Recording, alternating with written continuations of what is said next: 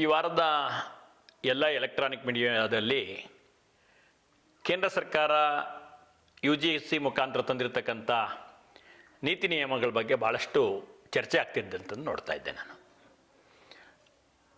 ಕೇಂದ್ರ ಸಚಿವರಾದಂಥ ಧರ್ಮೇಂದ್ರ ಪ್ರಧಾನ್ರವರು ಏನು UGC ನಿಯಮದಲ್ಲಿ SC ST OBCಗಳ ಮೇಲೆ ಆಗುವಂಥ ದೌರ್ಜನ್ಯಕ್ಕೆ ಈ ಕಾನೂನು ಅವಶ್ಯಕತೆ ಇತ್ತು ಅಂತ ಸಮರ್ಥಿಸ್ಕೊಳ್ಳೋದನ್ನು ಕೂಡ ನಾನು ನೋಡ್ತಾ ಇದ್ದೆ. ನಾನು ಒಂದು ಕಡೆ ಮೇಲ್ವರ್ಗದವರು ಅಂತ ಉಳ್ಕೊಂಡಿರ್ತಕ್ಕಂಥವ್ರು ಯಾರು ಅಂತಂದರೆ ಒಂದು ಬ್ರಾಹ್ಮಣರು, ಒಂದು ವೈಶ್ಯರು ಬಿಟ್ಟರೆ ಮಿಕ್ಕ್ಯಾರೂ ಅಲ್ಲ.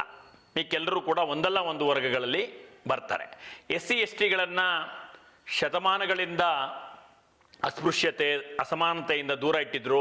ಅವ್ರ ಮೇಲೆ ಈ ಥರ ದೌರ್ಜನ್ಯಗಳಾಗ್ತಿತ್ತು ಅಂಥೇಳಿ SC ST ಕಾಯ್ದೆಯಲ್ಲಿ ಈ ದೌರ್ಜನ್ಯ ತಡಿಲಿಕ್ಕೆ ತಂದಂಥ ಕಾಯ್ದೆಯನ್ನು ನಾವೆಲ್ಲರೂ ಕೂಡ ಸದಾಕಾಲ ಸ್ವಾಗತ ಮಾಡ್ತಾ, ಅದಕ್ಕಿಂತ ಹೊರತಾಗಿದ್ದಂಥ OBCಯಲ್ಲಿ ಹೆಚ್ಚು ಕಡಿಮೆ ಸರಿ ಸಮಾನತೆ ಬಂದು ಯಾರೂ ಅವ್ರನ್ನ ಯಾವುದರಿಂದ ದೂರ ಇಡುವಂಥ ಪ್ರಶ್ನೆನೂ ಬಂದಿಲ್ಲ, ಅಂಥ ಸನ್ನಿವೇಶನೂ ಬಂದಿಲ್ಲ.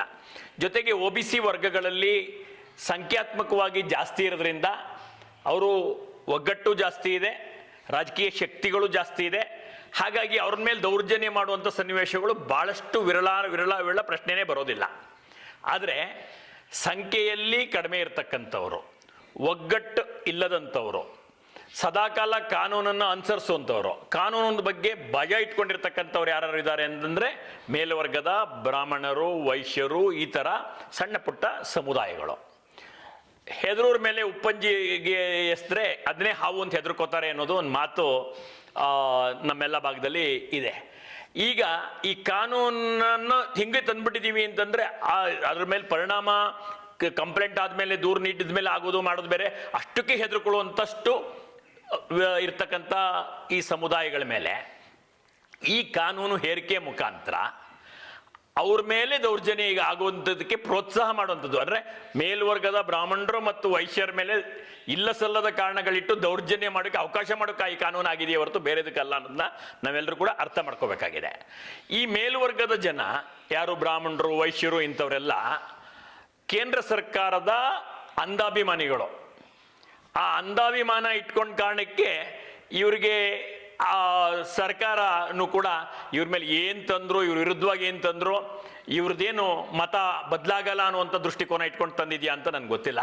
ಆದರೆ ಒಂದು ನೋವಿನ ಸಂಗತಿ ಏನಂತಂದರೆ ವಿದ್ಯಾರ್ಥಿ ದೆಸೆಯಿಂದಲೇ ಈ ಜಾತಿಯ ತಾರತಮ್ಯಗಳು, ಜಾತಿಯ ಉದ್ದೇಶಗಳು, ಜಾತಿಯಿಂದ ಜಾತಿಗೆ ಎತ್ಕಟ್ಟುವಂಥ ಪ್ರಯತ್ನಗಳನ್ನ ಕಾನೂನು ಮುಖಾಂತರ, ಸಂಘರ್ಷದ ಮುಖಾಂತರ ತರುವಂಥ ಮಾನಸಿಕತೆ ಬಿತ್ತುವಂಥದ್ದು ದೀರ್ಘಾವಧಿಯಲ್ಲಿ ದೀರ್ಘದ ದೃಷ್ಟಿಕೋನದಲ್ಲಿ ಏನಾಗುತ್ತೆ ಅನ್ನುವಂಥದ್ದನ್ನ ಕೇಂದ್ರ ಸರ್ಕಾರ ಆಲೋಚನೆ ಮಾಡಬೇಕಿತ್ತು. ಆದರೆ ತಾವು ಮಾಡೋದೇ ಸರಿ ಅಂತ ಸಚಿವರು ಹೇಳ್ತಿದ್ದಂಥ ಸನ್ನಿವೇಶದಲ್ಲಿ ಎಲ್ಲ ಯುವಕರನ್ನು ಒಟ್ಟು ಮಾಡೋಕ್ಕೆ ಏನು ಮಾಡಬೇಕು, ಆ ವಯಸ್ಸಿನ ಮನಸ್ಸಿನಲ್ಲಿ ಈ ರೀತಿ ವಿಷ ಬೀಜ ಬಿತ್ತುವುದು ಎಷ್ಟು ಸರಿ ಅನ್ನೋದನ್ನು ಒಂದು ಸಣ್ಣ ಪೂರ್ವಾಪರ ಆಲೋಚನೆಯನ್ನು ಮಾಡಿದಂಥ ಆ ಕೇಂದ್ರ ಸಚಿವರಾದಂಥ ಧರ್ಮೇಂದ್ರ ಪ್ರಧಾನ್ ಅವ್ರನ್ನ ಸ್ಟೇಟ್ಮೆಂಟ್ ನೋಡ್ತಿದ್ದಾಗ ನನಗೆ ಈ ಮೇಲ್ವರ್ಗದ ಬ್ರಾಹ್ಮಣರು ಮತ್ತು ವೈಶ್ಯರ ಬಗ್ಗೆ ಒಂದು ರೀತಿ ಪಿಟಿ ಅನಿಸ್ತಾ ಇತ್ತು.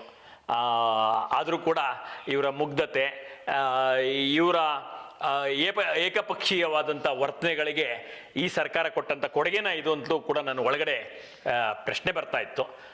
ಅಂತೆಲ್ಲದ್ರ ನಡುವೆನೂ ಕೂಡ ಸುಪ್ರೀಂ ಕೋರ್ಟ್ ಇವತ್ತು ಅದಕ್ಕೆ ತಡೆ ನೀಡೋದ್ರ ಮುಖಾಂತರ ನ್ಯಾಯವನ್ನು ಕೋರ್ಟ್ ಕೊಟ್ಟಿದೆಯೇ ಹೊರತು ಕೇಂದ್ರ ಸರ್ಕಾರ ಅಲ್ಲ ಅನ್ನೋದನ್ನು ಕೂಡ ಈ ಸನ್ನಿವೇಶದಲ್ಲಿ ಈ ಸಮುದಾಯಗಳು ಎಚ್ಚೆತ್ಕೋಬೇಕು.